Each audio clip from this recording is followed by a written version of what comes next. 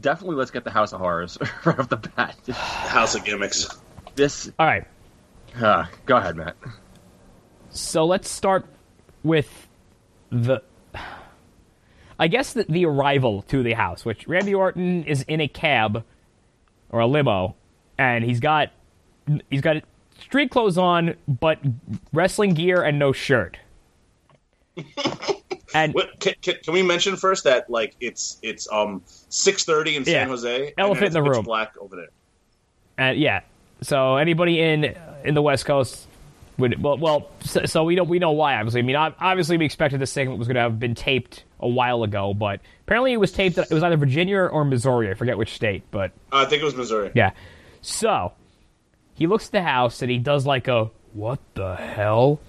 This house looks absolutely normal from the outside, save for the fact that it had like LED light shining on it to give it some hue. But it's mine's a little creepier. Huh? A bluish hue, like the kind of thing that like your neighbors would probably do around the holidays. And as of like mid-February, you'd be like, "You got to take these down, bro. It's not a good look anymore." But yeah, it's way past Three Kings Day. He goes into the house.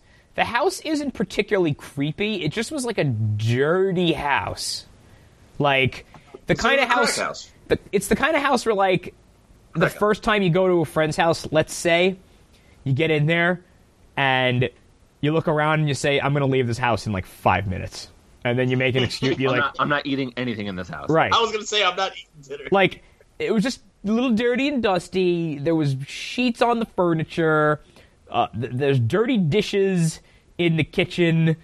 It was just like, ew, I don't want to be here. Like, I don't know what I expected, but this was a huge letdown. And Jenny, it reminded me of Phil's house back in Tonneville. Yeah. Sorry, that's an inside joke. That's an inside joke. It's inside baseball. That's 2 blocks from where I am right now. Yeah, it was pretty. I don't know. It's pretty stupid. Did you expect the room full of baby doll heads? All right, the baby doll heads was like the only thing that they tried, but it doesn't make sense because what is that? Like, what is? They had some Blair Witch gimmicks too. Like none of the Bray Wyatt mythology thus far has had anything to do with like babies. So it was like, what is it? There's a carriage in there, and the baby's hanging from the ceiling. It's like someone took time to hang all these babies from the ceiling. Okay. Do you guys remember a while ago, a few years back with Bray Wyatt when he was feuding with Roman Reigns, and they like started their feud, and they had the picture of him with his daughter? Yes. Like in that father ad with the drinking the tea and stuff. Yes. If they had like a whole room, like that same room with like Orton with his family and stuff, like candid shots and everything, that might have been like much cooler because it'd be like, okay, Bray Wyatt's actually creeping on Orton in his personal now you're life. thinking. Now you're thinking, Sean, and then thinking leads to common sense.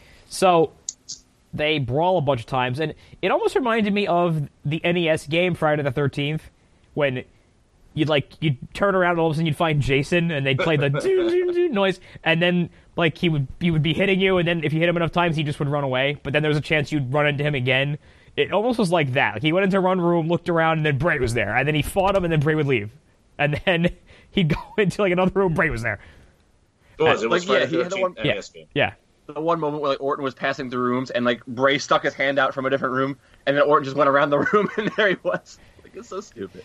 So Bray ends up dropping a refrigerator on Orton, and he leaves the house.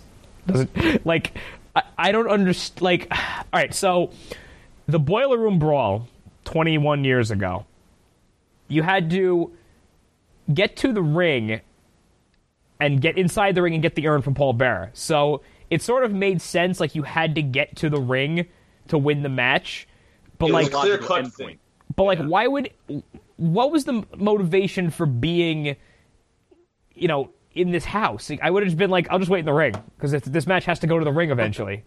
And that's what I said from the get-go when they said that when they announced it on Raw casually, this will start in the House of Horrors and end in the ring. It's like, well, why are they going to the House of Horrors? Right. And then the best part is, so Bray leaves the house. He just drops a fridge and leaves the house. Okay. So he sits outside the ring, says, follow the buzzards, or the house rather, and Bray Wyatt, Mr. like creepy backside backwoods country swamp guy, gets in the back of a limo and goes, "Driver, take me into the arena." What the fuck was that? What is this? Yeah, Like, that's so out of character for Bray Wyatt. Like, they should have showed him like make like a martini with like a little like lemon squeeze and and So, I mean, I know like everybody, the majority of people were thinking it too. But how is Orton not in that limousine? You know, how right. is he not the driver? That was everybody was like, "Oh, okay, he's gonna get where to, Bray." But buckle up, Teddy. And then of course, Randy Orton just appeared in the ring anyway. It was like, oh yeah, he's the one that teleported this time magically, with no explanation. And yeah, and then Jinder Mahal showed up and interfered, and Bray Wyatt won, which we predicted last week, I believe. Yeah, which was fine. You know, it's even though Orton's the champion, I think in this scenario, non-title on a different show, you know, in Wyatt's own, you know, quote unquote match, if you want to call it that, like, it's okay that Wyatt wins this match, but this was such a shit show, and the fans were booing, and rightfully so. Booing in the arena, yeah. And the thing that sucks is this pay-per-view was actually really good otherwise. Like, it was solid otherwise. It was completely. I guess we'll get to the pay-per-view in a second here once we finish up with this match, but like we have a lot to talk about in this match, so we're not going anywhere. Right. So obviously I was trying to avoid our Facebook group, facebook.com/groups/doing the job. And yeah, I was trying to avoid the group for spoilers over the weekend. You know, I got a lot of things spoiled anyway, it's my fault. But I saw a lot of people posting crap about how this pay-per-view wasn't that great or it's kind of shit. And I'm like, maybe not just in this group, but just in general online too. This is the consensus online. People are not liking this pay-per-view, and I don't understand. All right, yeah, why? The House of Horrors, what was bad? Right, so this pay-per-view's great. So the reason why I'm saying this is, so I went into this pay-per-view thinking in my mind already, okay, this pay-per-view isn't going to be that great because people are talking about it that way. And it starts off, you know, with Owens and Jericho, great match, okay, cool. Neville and Aries, great match, okay. And then you got the tag match for the tag titles. I'm like, all right, this is a really good match too. I'm like, okay, is this show about to fall off a cliff completely to make people think that? And then women's title, great match. And then, okay, then we get to the House of Horrors at some point. I go, all right, here's the moment where the whole show falls off a cliff. But you're right, aside from House of Horrors, I can't speak, this show was actually, I thought, really kind of good. Yes. Yeah, it was. So, good. My main concern was that they were going to continue on with the show, and what was going to happen is we were going to have the Braun Strowman Roman Reigns match, and that all of a sudden Bray Wyatt and Randy Orton are going to barrel into the ring fighting, and they were going to reunite Braun and Bray and like just take away all the momentum that this guy had. But they didn't. That would have been awful. Yeah. As bad as that is, that at least would have told the story, because we still told no story in this fucking House of Horrors match. I mean, the original idea was that he was gonna. This was his rematch for his title. It was. And then they removed that element from it, and then it was like, okay, what's the point of this now? Thank you. Like, I mean, like, I'm sorry. I've said it a million times since he debuted, and I'm going to continue to say it a million times. Like, the Bray Wyatt character just doesn't work in 2017, 2016, 2013. You know, going back, it just doesn't. That character just does not work. I think it's a little. It could work, but they do weird things. Like, he always loses, and then in a situation like this, where, say, I don't know, he's fighting the WWE champion, he wins, and it's a non-title match, and it's a stupid gimmick non-title match. So it's like nobody cares. But that's the operative thing, is his stupid gimmick, and that's the description of his entire run here in WWE. It's just stupid gimmicks. Yeah, don't mean anything. You know, like, why are we sitting through this? I think you could do Hocus Pocus in 2017 if you make it good.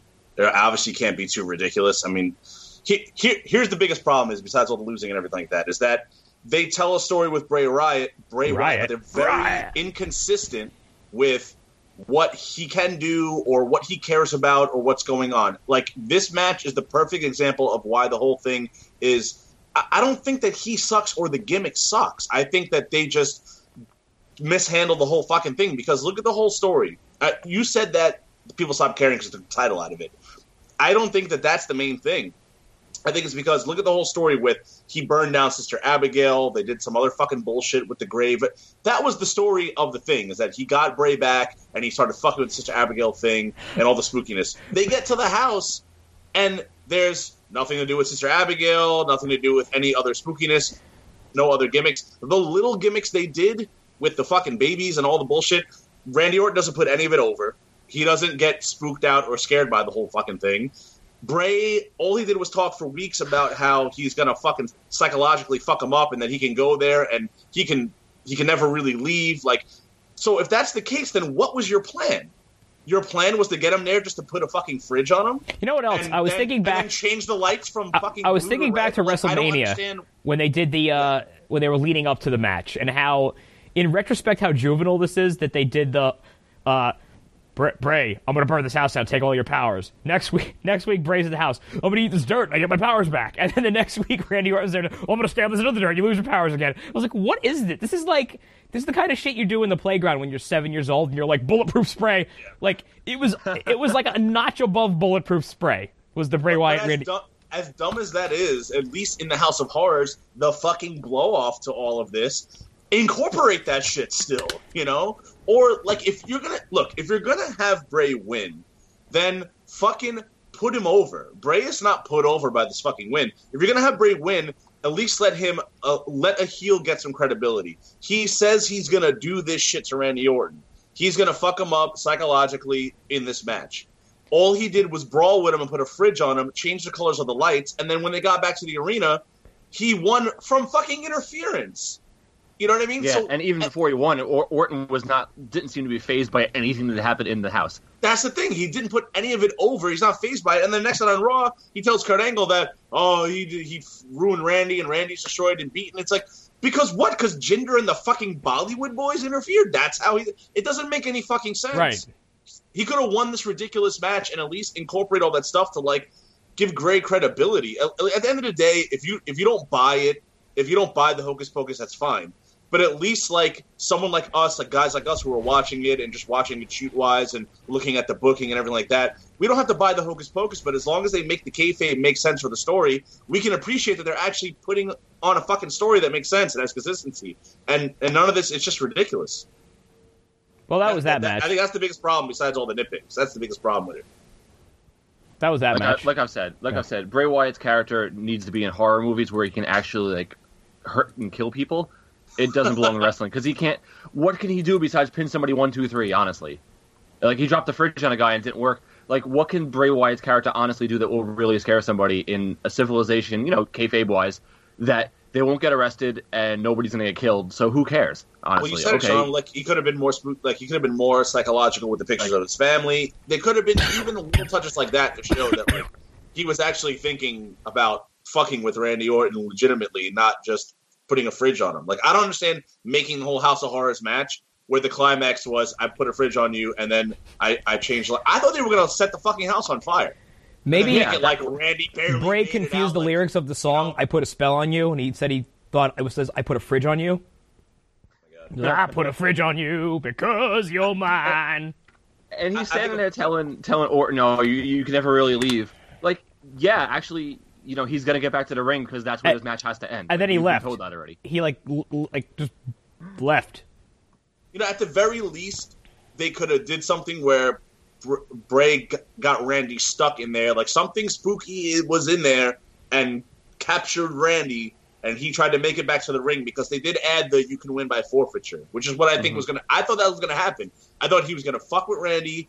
He was going to get trapped in the house in some kind of cool way, not a fucking fridge. Right, and then he's gonna make it back, and then he just couldn't, answer the call to come back, and then lose the match. It's not for the title, but then when we see Randy again, he shows up and he's just disturbed by what went on, and now Randy has, like, this new dimension to his character. But I'm giving them way too much credit to actually think about these things. Like, yeah, he's disturbed from that. Maybe he's weakened. Maybe Jinder beats him because of that. This could all lead. It could all make sense, not just. Just have Jinder run in. That's how it connects. Well, yeah, it's fucking lazy. Perhaps having Randy Orton in that position to be the person to sell somebody else's stuff is maybe where you went wrong to begin with. Because Randy Orton really isn't interested in selling anybody's anything.